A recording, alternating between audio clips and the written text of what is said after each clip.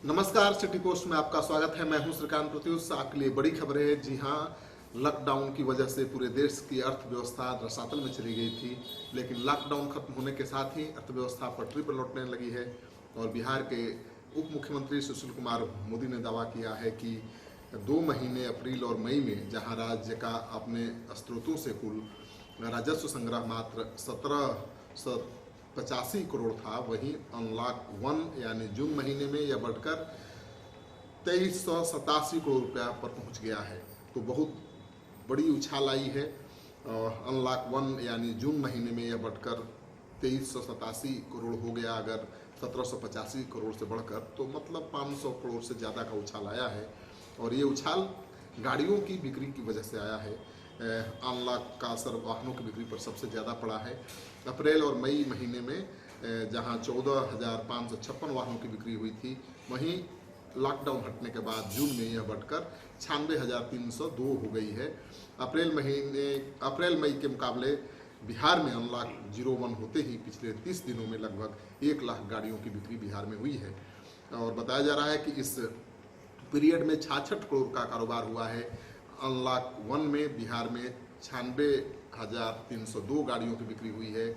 बिहार के deputy CM Sushil Kumar Modi ने दावा किया है कि अप्रैल और मई महीने में जहां 14,562 वाहनों की बिक्री हुई थी, वहीं लॉकडाउन हटने के बाद जून में यह बढ़कर 96,302 तक पहुंच गई है।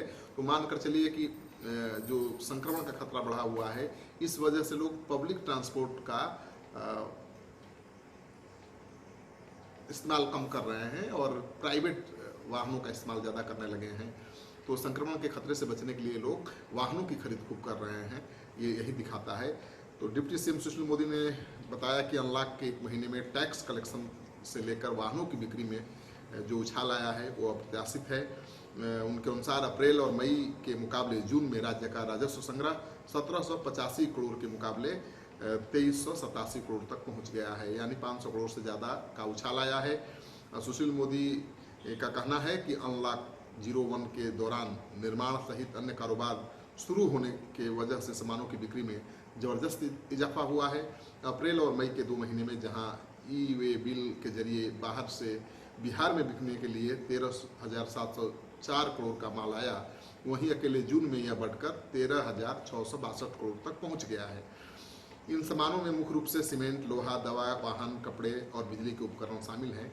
तो सबसे बड़ी खबर यह है कि अब अर्थव्यवस्था पटरी पर लौटने लगी है, कारोबार पटरी पर लौटने लगा है। और सबसे ज़्यादा फायदे में वाहन इंडस्ट्री है, ऑटो इंडस्ट्री है, क्योंकि सबसे ज़्यादा गाड़ियों की बिक्री हो रही है। ये चौंकाने वाला आंकड़ा है, लेकिन ये सच है कि कोरोना के संक्रमण के डर से लोग पब्लिक ट्रांसपोर्ट का इस्तेमाल कम करने लगे हैं और सब गाड़ी खरीदना चाहते हैं, गाड़ी खरीदने भी लगे हैं।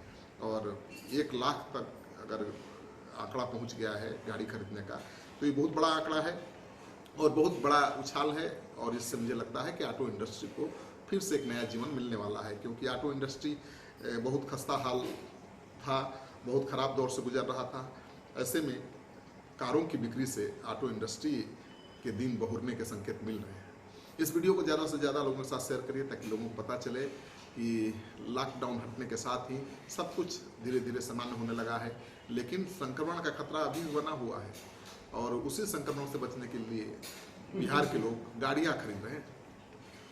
इस वीडियो को ज़्यादा से ज़्यादा लोगों के साथ शेयर करने के साथ, अगर आपने अब तक चैनल सब्सक्राइब नहीं किया है, जरूर कर लीजिए। आपका सहयोग समर्थन सिटी पोस्ट के लिए बहुत मायने रखता है।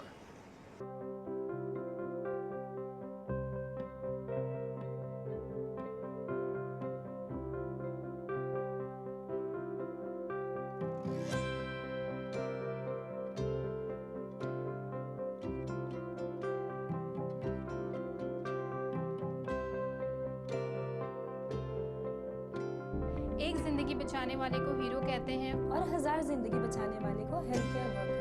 Our heart never hardens, our temper never tires. Our touch never hurt. We value what we do. We at Paras work for cause, not for applause. Lockdown के समय, लॉकडाउन के बाद हम हैं आपके साथ।